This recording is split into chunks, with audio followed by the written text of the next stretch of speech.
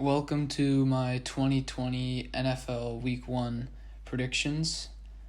Each week I'll be predicting all of the games and we'll be denoting 3 locks, which I'll be basing on spreads to help you guys out with betting. And at the end of the year, I'll having an even betting record, 3 bets per week, so a total of 51, and we'll see what I do. The first matchup of the 2020 season will be the Texans at the Chiefs, and I'm predicting a strong Chiefs victory at home. They recently got their rings. Patty Mahomes with a $500 million extension with the Chiefs. They have all of their key pieces from last year, and I'm expecting a resounding victory over the Texans, who actually beat the Chiefs last year in Arrowhead in the regular season and then fell short in the playoffs, although having a 24-0 lead. I don't think Deshaun will have the same magic that he did last year, especially with limited amount of weapons in his arsenal, so I'm saying the Chiefs will take that one. In the next matchup, I have my first lock, Eagles at Washington football team. I'm predicting a huge victory for the Eagles, -6. Washington football team, Ron Rivera with cancer. Dwayne Haskins isn't looking very good for them. Their offense, the only weapon they have is Terry McLaurin. Defense has a lot of holes, as did the offensive line. And then the Eagles, I'm predicting them to have a great season. Carson Wentz at the helm. Finally, some weapons on that offense, even though they have had a plethora of injuries. They have Jason Peters back at the tackle position. I'm predicting a multiple touchdown victory in this one. Dolphins at Patriots. This one, I don't really know who to go with. Typically, it would be a Patriots victory in other years, but this year, obviously, with all the opt-outs on that defense, obviously you had Kyle Van Noy, linebacker for the Patriots, instrumental in their Super Bowl runs, now on Miami. I think Cam Newton will get it done, though, in his first start with the Patriots. Bill Belichick's going to craft a great game plan against his former assistant and Brian Flores, so I'm going to take the Patriots in this one. Then to Packers at Vikings, and this one's going to be really close and may have some ramifications within tiebreakers later in the season, and it's at US Bank Stadium. I'm going to take the Packers, though. Aaron Rodgers going to prove the doubters wrong. Matt LaFleur, this team went 13-3 last season. I don't think they're going to be that this season, but the Vikings did lose their offensive coordinator and Stephon Diggs. Kirk Cousins with some controversial comments. They lost Everson Griffin, but did replace him with Yannick Ngakoue. This Vikings team is just aging a little bit. I don't think they're up to par with the Packers. They lost to the Packers twice last season. That's what held them. That's what kept them from winning the NFC North. And I say the Packers extend their dominance in this rivalry. Packers win. On to the second lock of the week. I'm taking Colts -8 against the Jaguars. From the news that we have from camp, it's going very well for Phillip Rivers in this new explosive offense. They added Michael Pittman in the offseason and Marlon Mack from the draft. They still have T.Y. Hilton and the best offensive line in football. A great defense to round it out, and Jaguars being one of the worst teams in the league. I think this will easily go to the Colts by probably 20-plus points. Another NFC North matchup, and the Bears at Lions. This one is really close. As you guys know, Bears named their starting quarterback Mitch Trubisky to start out in this one. I am going to take the Lions and Matthew Stafford at home. Matt Patricia and Matthew Stafford know that this is probably going to be one of their final chances with this team. They're going to have a sense of urgency to win this game at home. Kenny Golladay, TJ Hawkinson, some of those weapons returning on offense. They obviously have the split backfield in DeAndre Swift and Kerryon Johnson. They added Jeff Okudah in the offseason. And the Bears, I just think that Mitch Trubisky's too inconsistent. I think this one's going to come down to quarterbacking play. It's obviously going to be very close, but I'm going to take the Lions. I'm going to take the Raiders at Panthers in this one. Derek Carr going to have a few weapons at his disposal this season, obviously being in Darren Waller, Josh Jacobs out of the backfield, and then a plethora of decent wide receivers, including Hunter Renfrow from Clemson. They have a great defense. We'll see who will step up this year. Obviously, the standout Max Crosby last season. The Panthers just don't have enough firepower to keep in this one. For me, Teddy Bridgewater is not going to embarrass himself, but I don't think he has the firepower to get this Panthers offense in it. McCaffrey will be great in the passing game, but I see them losing in most of this one. On to Jets at Bills. This one's going to be very close. I was thinking of picking the underdog Jets in this one, but I think that could be a little bit radical for the first week of this season. I'm going to take Josh Allen and the Bills offense. They added Stephon Diggs. There's no reason to pick against the Jets or against the Bills. The Jets just have so many holes. I think this is going to be a pretty easy win for the Bills, pending what Sam Darnold can pull off.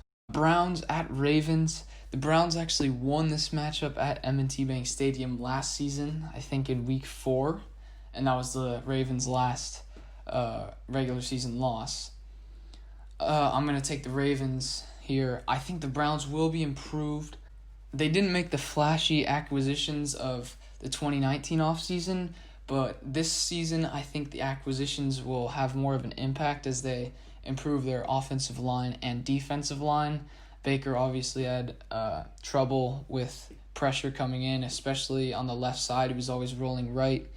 Odell Beckham Jr. and Jarvis Landry, Austin Hooper, Nick Chubb, Kareem Hunt. The list of weapons goes on for this team, but I just think that Lamar and the Ravens will control the clock. It'll be interesting to see what Kyle Stefanski does in his first game, but there's no reason to pick against the Ravens here. On to Seahawks at Falcons, and a little bit of an upset.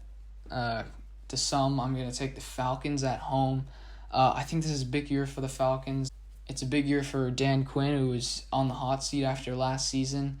This team just had cluster injuries last season. I think they're much better than the 7-9 record that they showed. And the Seahawks apparently, I think, got a bit lucky last season. They were 8-2 in one-score games. Had the 26th ranked defense last season. They lost Jadeveon Clowney, although they added Jamal Adams. I'm going to say that the Falcons take this one. On to the final lock of week 1. I have the Chargers covering -3 at Bengals. It's honestly astounding to me how this game is only a 3-point spread, given that the Bengals had so many issues last season, going 2-14. I know Joe Burrow was good at LSU, but how quickly can those skills translate to the NFL and carry the Bengals to a victory? The answer is probably they can't. The Bengals have so many holes on that defense and the offensive line. They do have a few weapons, A.J. Green coming back, but Chargers and Tyrod Taylor, don't doubt Tyrod Taylor. He's a decent quarterback, kind of like Teddy Bridgewater. He won't embarrass himself, and he'll be a game manager and win this game for the Chargers. Cardinals at 49ers. This is an interesting matchup because Kyler Murray and the Cardinals have a great matchup against the 49ers. They played them close both times last season, although they did lose on both of the occasions. I'm going to take the Niners, however. The strong zone running scheme and the play-action offense of Kyle Shanahan will get it done against this Cardinals team. It will be very interesting to see DeAndre Hopkins used in his first game by Cliff Kingsbury, but don't doubt it. The Cardinals defense just cannot keep up with this Niners offense, and I have the Niners taking this one. An NFC South matchup, probably the headliner of the week. Bucs at Saints. Tom Brady's first start for the Buccaneers, and I'm going to take the Saints in this one. It's hard to pick against them in the Superdome. Now, there is a interesting fact that states that in Drew Brees' last 5 opening matchups with the Saints, he's 1-4, and obviously the one win was that Monday Night Thriller last season that they easily could have lost against the Texans. So it'll be interesting to see if they get off to a slow start in this one, but I'm still going to take that consistent offense, Sean Payton play calling, and then obviously one of the best receivers in the game, Michael Thomas. But it will be really interesting to see how Tom Brady uses all of those weapons. But I just don't think the Bucs defense is good enough to contain the Saints offense. And then in the Sunday night game, we have Cowboys at Rams in the new SoFi Stadium. I think that the Rams will pull off an upset here and defeat the Cowboys in their home stadium. Jared Goff and Sean McVay, I think they're a bit underrated coming off of an underwhelming campaign last season. They did lose some solid starters, Clay Matthews, Dante Fowler, Todd Gurley. But they still have a plethora of weapons at their disposal. They added Cam Akers. They have Robert Woods, a pretty good offensive line who was banged up last season. They still have Jalen Ramsey on that defense, and obviously the headliner, Aaron Donald.